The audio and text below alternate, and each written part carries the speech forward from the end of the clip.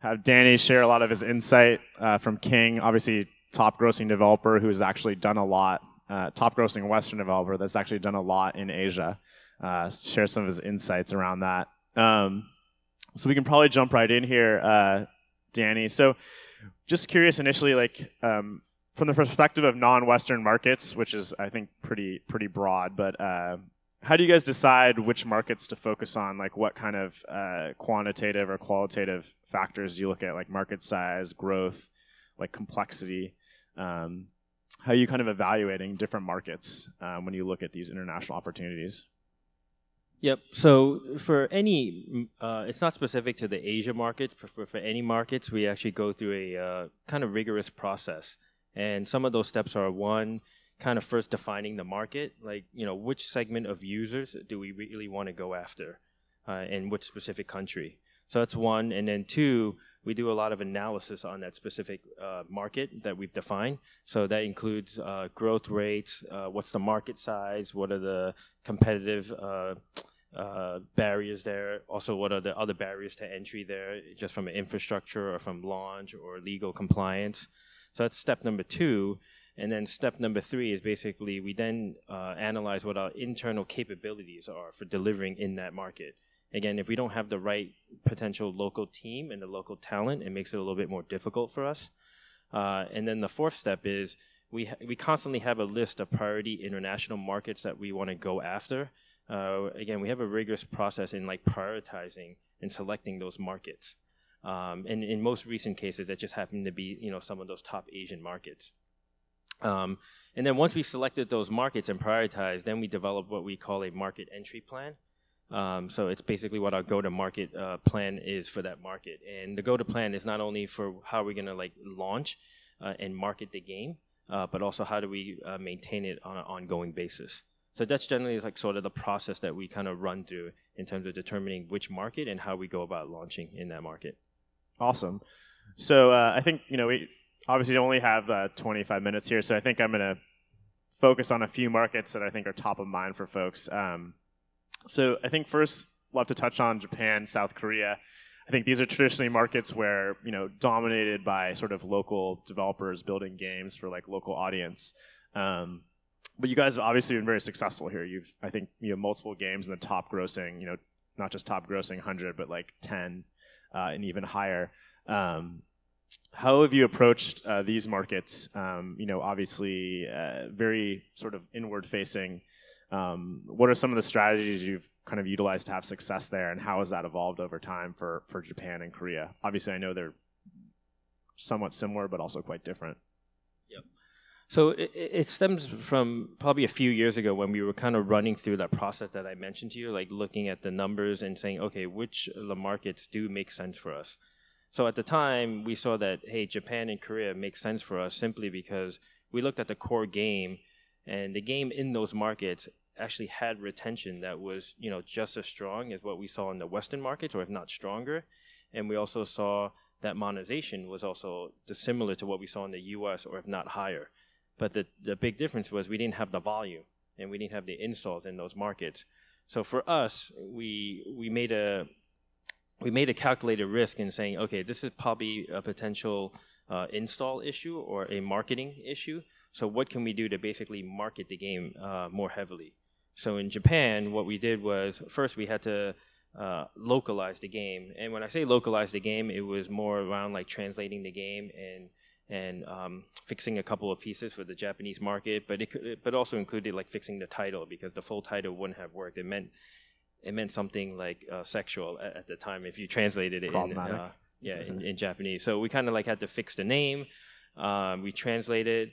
And then we basically went, a couple of years ago, we went really hard on marketing, basically. We did what we knew best worked in the West, and we were able to find a couple of partners there to be able to do heavy user acquisition. So we were basically, and then that was more digital advertising. We found that worked for us in Japan for the target market that we were going to, for specifically. And we were able to find it at a price which was obviously below what our LTV is for us to allow us to create value in that market and to ultimately reinvest into the Japanese market. And then while we were doing digital market, at the same time, we started experimenting with TV. and we saw that TV was also working in the Western markets. So we ran a bunch of tests to see if it would work in Japan. It actually did, and then we went harder on TV. And then after TV, we explored out of home and offline marketing. That also seemed to work to varying degrees, but it was something at some point it also worked, and we also went harder on that.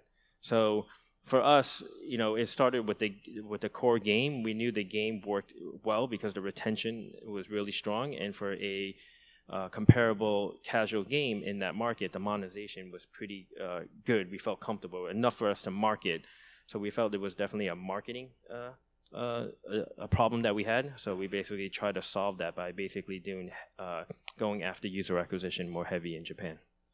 And so in terms of, this is for Candy Crush, the original?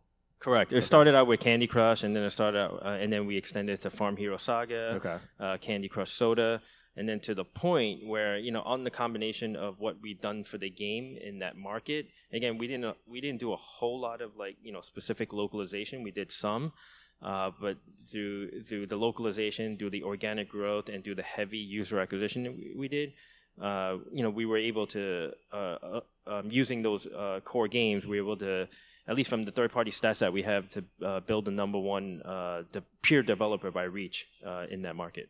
Awesome. And so you basically run through that process with successive titles, like early testing, see if the KPIs look good, and then you decide to sort of push with this sort of marketing-focused strategy for future titles? Correct. Okay. Is this a similar model for the Korean market in terms of both the strategy and sort of like marketing, both general strategy as well as like marketing strategy? Or was there any sort of differences? Yeah, for the Korean market, we've shifted towards that now. But to be frank, in the beginning, it was not like that. We did partner with, for example, Kakao to try to figure out how to relaunch the game there. It definitely worked in the beginning, but for us, what we saw, it basically quickly died off. So at that point, we looked at the economics and says, okay, the economics that we essentially have to give away or what we're making back in return didn't really justify the traffic or the distribution that we were coming back that was coming back in return. So we basically went back now to the traditional model that we have. It's basically looking at each of the marketing channels that we're comfortable with, and constantly just testing each one, looking at what the numbers are, and each time the returns is what we're comfortable with, we'll go harder and harder on it. And in terms of like the resources, so in terms of your team in these markets, like how does that look? Are they just focused on executing the marketing with partners, or do you have? It sounds like you're not making a ton of changes to the game. Like how does that sort of at a high level look in terms of like the resources you guys are leveraging to be able to execute in these markets? Yep. So that's a good question. So we actually, for example, in Japan and Korea, we have about 5 to 6 or 7 people at any point in time, and they're basically dedicated across multiple different facets of the operations there. So a couple of them are heavy on the user acquisition side, but these folks also help us along with CS support, community management. We also do some local live ops in those regions, even though we don't change the core gameplay, but we do run some local live ops in that country. So they actually help execute on that too. And then they also help with local partnerships in BD and also any legal and regulatory compliance that we need to do. So in terms of partners, is it mostly basically like distribution, like sort of performance marketing channels, agencies for doing out of home or TV marketing? Are those mainly the partners you're leveraging? It seems like you've moved away from like traditional, maybe like gaming partners like Kakao, which for those of you who are familiar, Kakao is like the dominant messaging platform.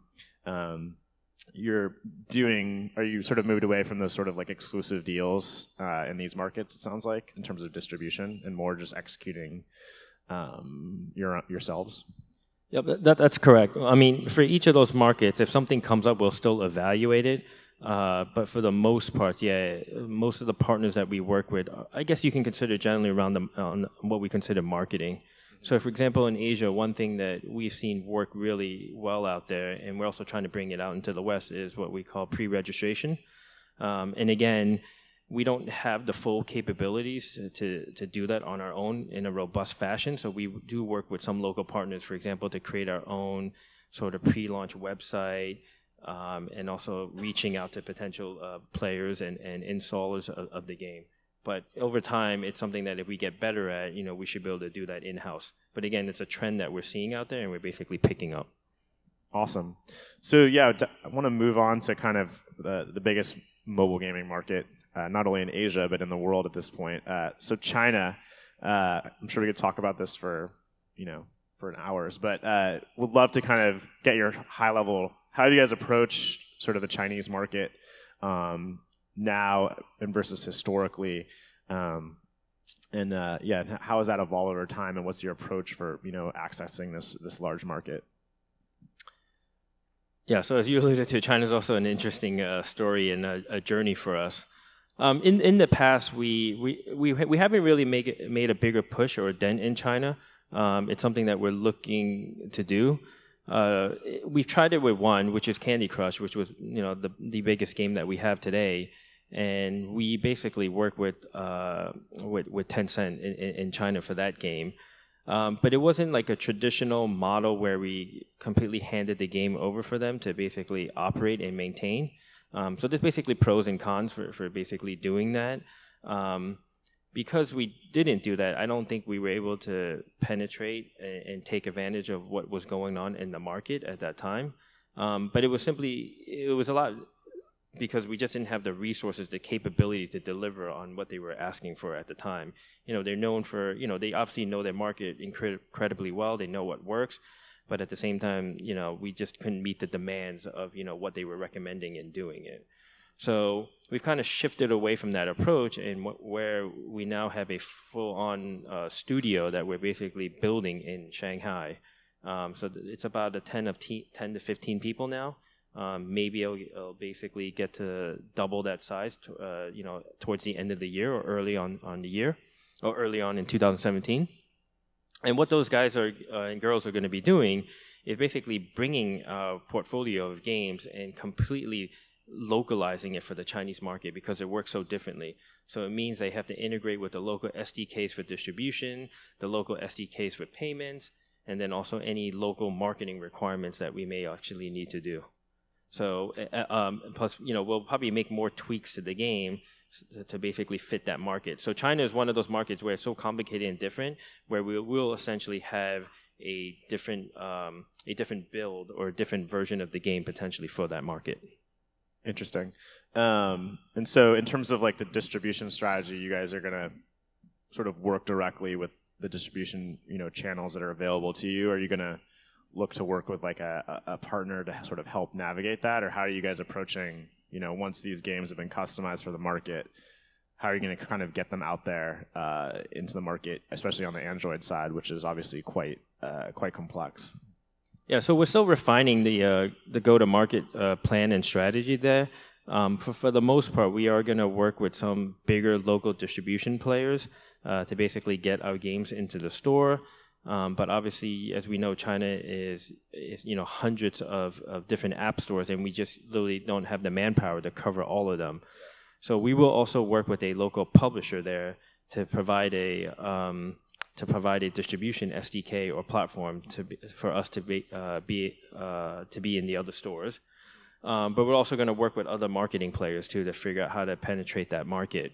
What we find there, at least from the initial research and the meetings that we have, is that digital advertising or mobile advertising is completely different out there than here. It doesn't seem as readily available or as easy to conduct as what we see in the West. So we have to find different avenues of doing what we traditionally call performance marketing. So what we've done is also work with different partners to understand what the TV landscape is there. So I think there's a possibility for us to do TV marketing there. And also we've been talking about partners how to do offline marketing. So what, at least again from the research that we've seen, especially in these more dense, concentrated like cities in China, offline and out-of-home marketing seems to be somewhat effective. So it's something that we're going to explore also. Any sort of, I know this is fairly new, but just curious to get your feedback on kind of the regulatory changes in the Chinese market. I mean, any what's your kind of thoughts around that and sort of the need for like these approvals and foreign companies releasing games and needing the government wanting to review everything from both censorship side and whatnot. I mean, have you guys kind of thought about this at all, or like what's your take at this point on that area, if anything? The short of it, it's harsh and difficult. Because of the new, I think the regulation was always out there, but it was probably like loosely enforced. Over the last few weeks, we've actually run into a couple of issues already. So it's something that embarking on this path early on this year, it's something that we weren't thinking about. Yeah. But now it's kind of thrown a little bit of a wrench in our plans, and we definitely have to adjust for it. So they are definitely gonna take, at least from what we can see, they are gonna take a harsher look into games from like foreign developers, and we just have to be really diligent in terms of how we go about reviewing our games and adjusting and changing our games for that market. Excellent. Hopefully, Candy Crush I don't think is probably high on the controversial scale, but I'm sure they'll find something questionable. That is correct, but they have found something. That's the funny thing. So it's nothing we were never viewed as controversial, but it's something that we understand and we will fix. Cool. So we have a little bit more time here. I'd love to touch on some of these more emerging markets. Just curious to get your thoughts. So hearing a lot more about India. Obviously it's a huge country. That's gaming potentially is for these users is the first sort of platform it is on smartphones. You have Southeast Asia where you have kind of a patchwork of countries with very rapid growth. Obviously other ones. Just curious, kind of, what's your sort of perspective on these markets? Is it too early for you guys? Like, how are you kind of thinking about them in the context of your sort of overall like country by country strategy? Yeah, so we are looking at all those markets, but it's still definitely a bit early for us. Simply, again, we kind of go back to the usual model. We look at what the retention and the monetization is in those areas for our games. Today, retention is good comparable to elsewhere, but the monetization is basically falling short of where we're comfortable with. And as a result, it doesn't allow us to market economically. So we're basically we have to find different creative ways to basically go and attack that market, but it's going to basically take a while. But I think those markets, it's just a matter of time before they pick up.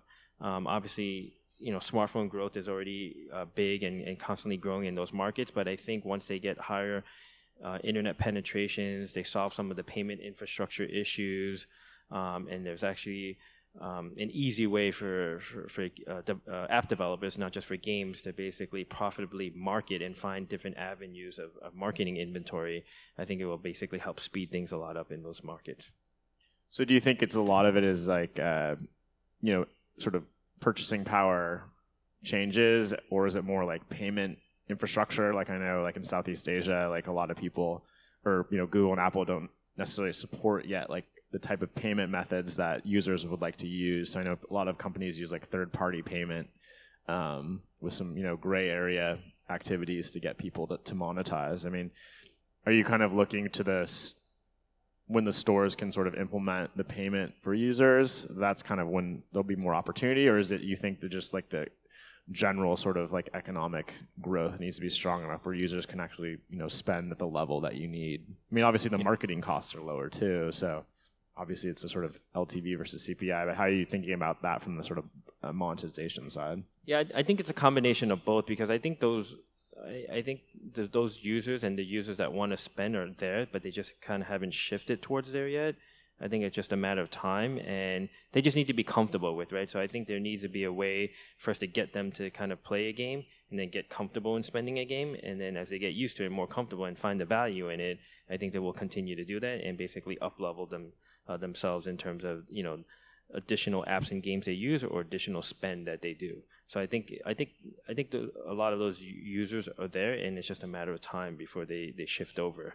And then on the payment forms, it's an interesting question. I think I think some of it, like when we go out in those markets, and for example, we ask people, if you can pay, well, one, why is it you're not paying? And a lot of the reasons, because it doesn't support, the preferred option that I have. And a lot of times when we ask, what is that preferred option? They actually tell us it's like prepaid gift cards.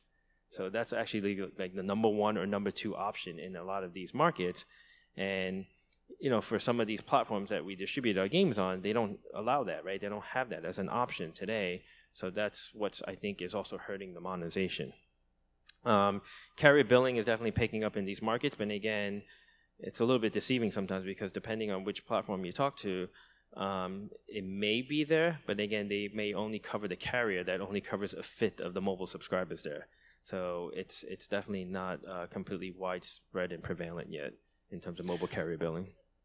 So, any other territories that kind of are, interesting to you guys? Like we have Middle East, which is obviously has like some very high spending users, but obviously the scale is potentially not as small. Russia obviously is a huge market for gaming, maybe more focused on non-casual genres. I mean, any of these markets, other markets, like kind of that have perked you guys' interest, and just curious what those, what's sort of interesting for you about them. Yeah, I think the whole Middle East region is interesting for us right now.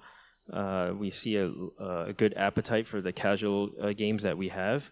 And again, we're actually going to try something. I think towards the end of the year, we're going to work with a local retail partner there. It's actually a global a partner, but they have a big retail presence on the ground there. We're going to do something in the form of promo codes and basically see how that impacts our games and the growth there. Interesting. Cool. We're kind of coming to the end here, so I'd love to get some sort of feedback. Obviously, we have a lot of sort of smaller developers that don't have the resources that you guys have. I mean, for kind of middle-sized developers, what practical recommendations do you have? I think at a high level across all of these markets. How do they better penetrate these markets? And drive more revenue from them. They've obviously made a game. They can release it in 150 countries. For some of the markets we talked about, like, I don't know, what are kind of a few things that you see any developer being able to do to kind of boost their sort of revenue potential in these markets? Oh, good question. Tough question. Because we still have those issues sometimes too, even as a big developer. I would say, without saying, it starts with having a really good game, right? If you have a good core game where the retention metrics like hold up, put a lot of trust in that first. So get that game right and get it right for that market.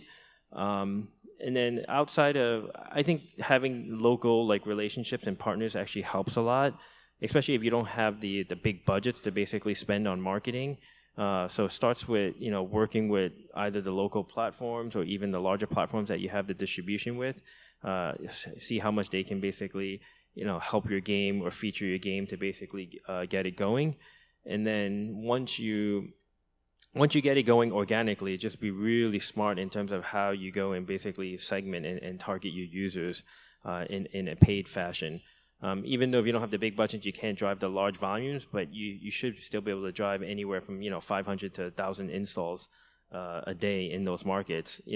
In the grand scheme of things, that might not be big, but for a smaller developer, I think that's still meaningful for that specific market. But just I think in this day and age where user acquisition is still costs are still rising, and in some of these markets, it's still kind of like the wild, wild west. I would say just be really smart and diligent in terms of how you spend that money back, and you actually, take the extra time to find those users, because if you can find one user that, brings you back in 1.5 users or 2 users, it's going to make your marketing that much more profitable and sustainable going forward. How are you, like, for smaller guys, like, I would love to get your kind of high-level framework for evaluating, like, partners. I think, this is a question that comes up a lot, is like, oh, I get all these emails from all these publishers and, country X. Like, what are kind of the top sort of, or what's the lens you are looking through when you're evaluating, like, whether something's, interesting or not? Yeah, so obviously market potential and market size, that's really important. The next thing that we look at is the resources and the manpower that's going to be required to basically do this.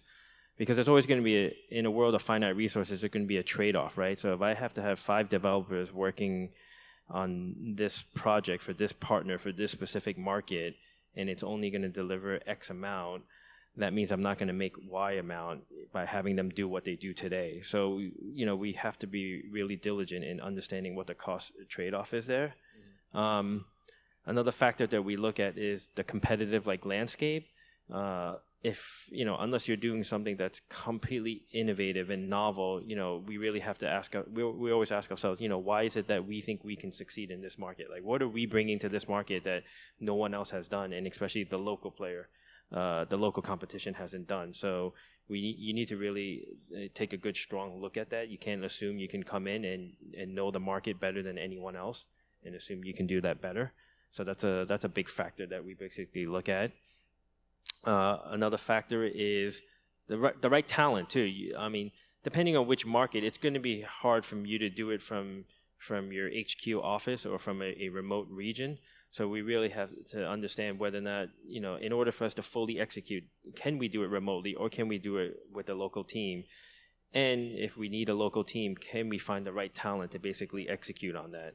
And having the right talent means you have to have the proper time in training them, explaining them like how your company works, how your business model works. So there's a whole process and time behind that before we can actually go into a market. So, those are some of the several factors that we have to consider before, jumping right into a project just because, a local partner may say, hey, here's the market potential, here's how much I think you can make. There's a lot of work behind that, basically. That's what we find. Cool. All right. Well, thank you guys very much. Thank you very much, Danny. Thank you. Awesome.